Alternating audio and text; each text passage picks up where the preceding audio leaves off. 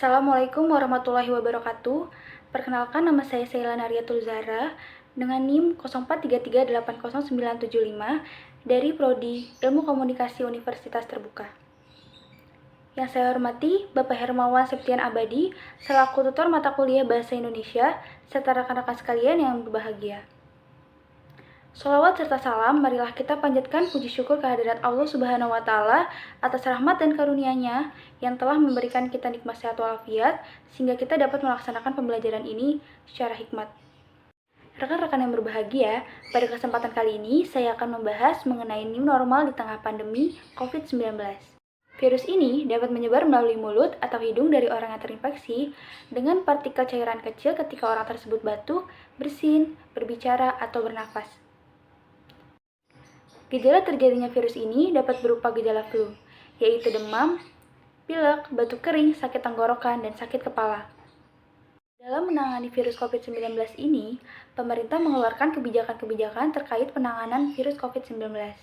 Kebijakan tersebut dapat berupa pemberlakuan pembatasan sosial berskala besar atau PSBB, mengurangi mobilitas orang dari suatu wilayah ke wilayah lain, menerapkan pemberlakuan pembatasan kegiatan masyarakat atau PPKM, dan juga melakukan pengujian menggunakan tes rapid dan PCR secara massal.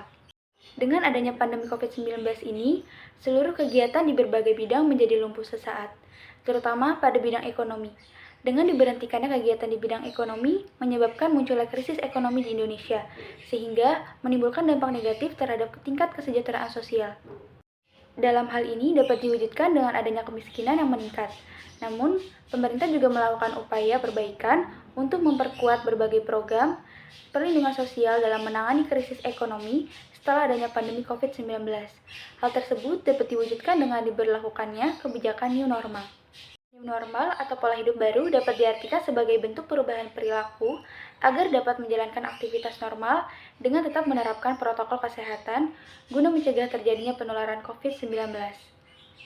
Segala aktivitas baik dari bidang ekonomi, ibadah atau keagamaan maupun sosial lain mulai dipersiapkan agar keadaan new normal tetap produktif dan kondusif. Dengan adanya new normal, kegiatan perekonomian seperti dibukanya kembali aktivitas ekonomi dapat membantu pertumbuhan ekonomi sosial. Kegiatan yang dapat mengangkat kembali perekonomian di Indonesia dapat berupa dibukanya kembali pusat rekreasi, industri, dan juga pusat perbelanjaan. Hal ini dapat membantu untuk memulihkan devisa negara.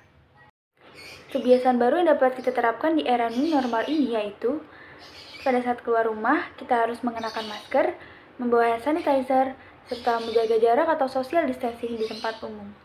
Pada saat kembali ke rumah, cara yang dilakukan yakni dengan menyemprotkan disinfektan ke peralatan yang telah digunakan, mencuci tangan dengan air dan sabun, melepas pakaian yang dikenakan, kemudian dimasukkan ke tempat cucian yang tertutup, dan juga mandi dengan berganti pakaian yang bersih.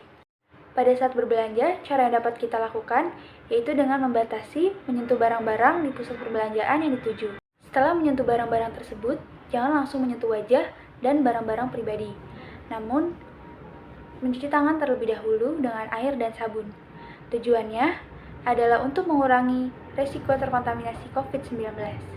Pada saat membutuhkan layanan kesehatan, gunakan fasilitas telemedicine untuk berkomunikasi dan berkonsultasi dengan dokter umum maupun spesialis.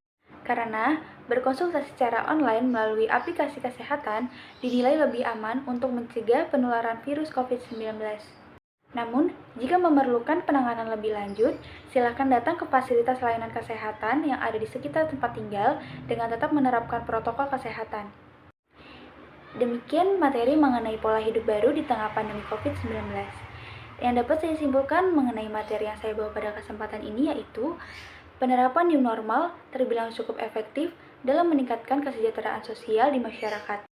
Dapat dibuktikan dengan adanya pemberlakuan aktivitas ekonomi yang perlahan dapat memulihkan perekonomian negara. Demikian materi yang dapat saya sampaikan. Mohon maaf apabila terdapat salah kata dan perbuatan. Terima kasih atas perhatiannya. Sekian dari saya. Assalamualaikum warahmatullahi wabarakatuh.